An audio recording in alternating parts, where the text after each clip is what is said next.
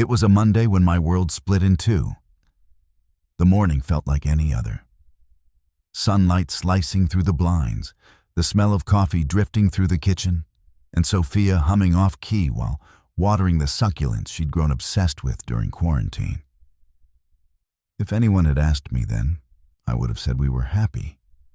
Maybe not the euphoric fairy tale kind of happy, but content, stable, safe.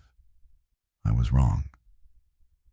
2 weeks before everything unraveled, Sophia started staying out later than usual. Her excuses were typical. Traffic was hell, or Emily had a meltdown over Chris again. And I couldn't leave her alone. At first, I believed her. Why wouldn't I? We'd been together for 6 years. We shared a condo, a bank account, a dog named Baxter. We'd been planning to start trying for a baby by the end of the year. I had every reason to trust her, but suspicion has a nasty way of creeping in through the cracks. It started with her phone. She never left it unattended. She used to be casual about it, leaving it on the kitchen counter or the bathroom sink. But now, it was always on her, face down, locked tighter than Fort Knox. Then came the smell of unfamiliar cologne on her clothes, the unexplained credit card charges to high-end restaurants I'd never been to, and the absence in her eyes when she looked at me. I told myself I was being paranoid. I told myself relationships go through phases, that we were both busy, stressed, just going through the motions. Then I found the text. I wasn't even snooping. Her phone buzzed while she was in the shower, and Baxter knocked it off the nightstand while chasing his tail. I picked it up without thinking, and there it was. A message from someone named Jay reading, "Last night was wild. Can't stop thinking about you. Can't wait to see you again." Everything inside me froze. Time slowed. My ears rang. My hands shook as I scrolled up. More messages, more secrets, more nights. I thought she was with friends, but she was with him. Photos, videos, things I didn't know she was capable of doing, especially not with someone else. When she came out of the shower, wrapped in a towel, steam clinging to her skin, I was still standing there, phone in hand, jaw clenched. "You want to explain this?" I asked, voice low, trembling. She paused. Her expression didn't crumble in guilt like I expected. No panic, no regret, just a flicker of annoyance. "I told you, you're too controlling." "Controlling?" I laughed incredulously. "You've been cheating on me for what, months? And I'm controlling?" She crossed her arms like she was the one betrayed. "We haven't been happy for a long time, Ethan. You work all the time. You don't talk to me anymore. I needed something more." That was her justification, not an apology, not even a hint of remorse. Just a cold, detached list of everything I'd failed to be, and how that somehow justified her sleeping with someone else. I don't remember the rest of the argument, not clearly. Voices raised, doors slammed, Baxter barking in the corner. She packed a bag. I didn't stop her. I watched her leave with the same numb disbelief someone must feel watching their house burn down. Days blurred into nights. I stopped going to work. I didn't eat much. Baxter sensed it, stayed by my side like a shadow. I replayed everything in my head. The laughter, the shared vacations, the silly arguments over laundry, and then the betrayal. Like a knife twisting deeper every time I remembered how effortlessly she walked away. I thought that was the worst part, that she left me. But then I learned who she left me for. Jordan. That name didn't mean anything to me until I saw his photo. Then it clicked. The smarmy sales rep from her company's Christmas party, the one who kept touching her lower back and making jokes I didn't understand.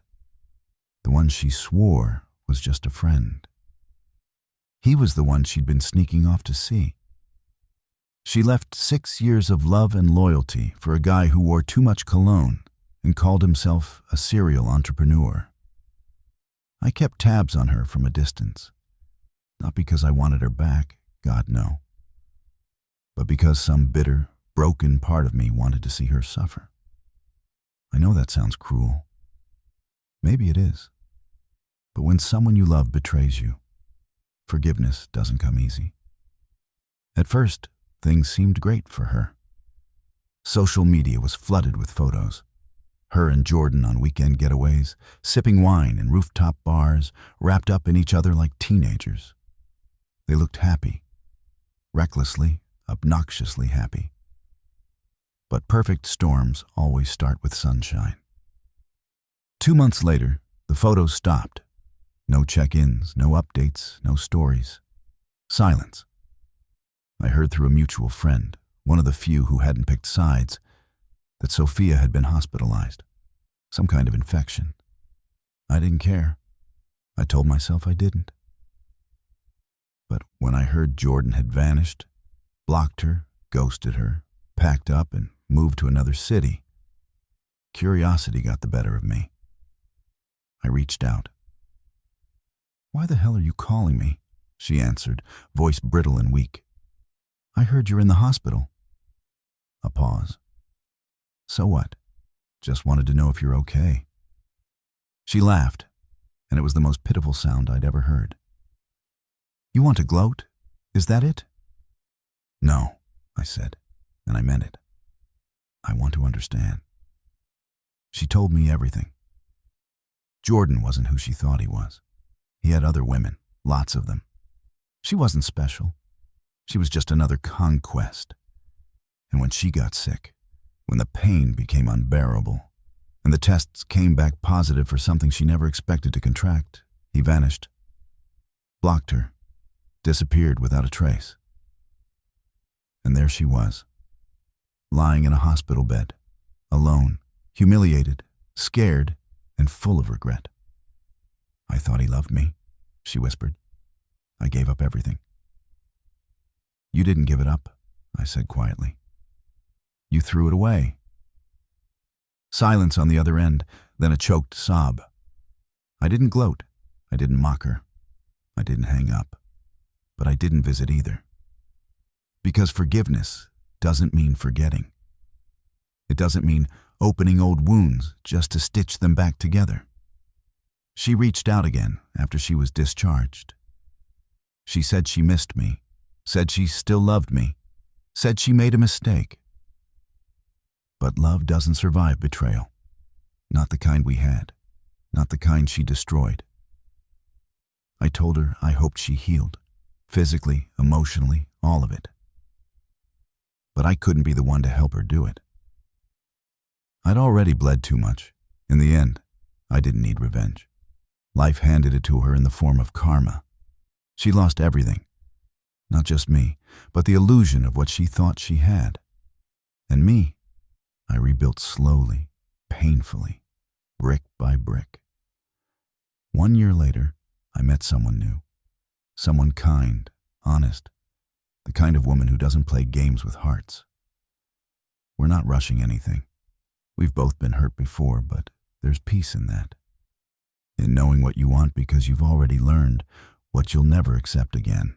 And sometimes late at night, when Baxter curls up at the foot of the bed, I think about Sophia. I wonder if she ever looks back and realizes the cost of her choices. But I don't dwell on it, because some stories aren't meant to be rewritten. Some are just meant to be survived.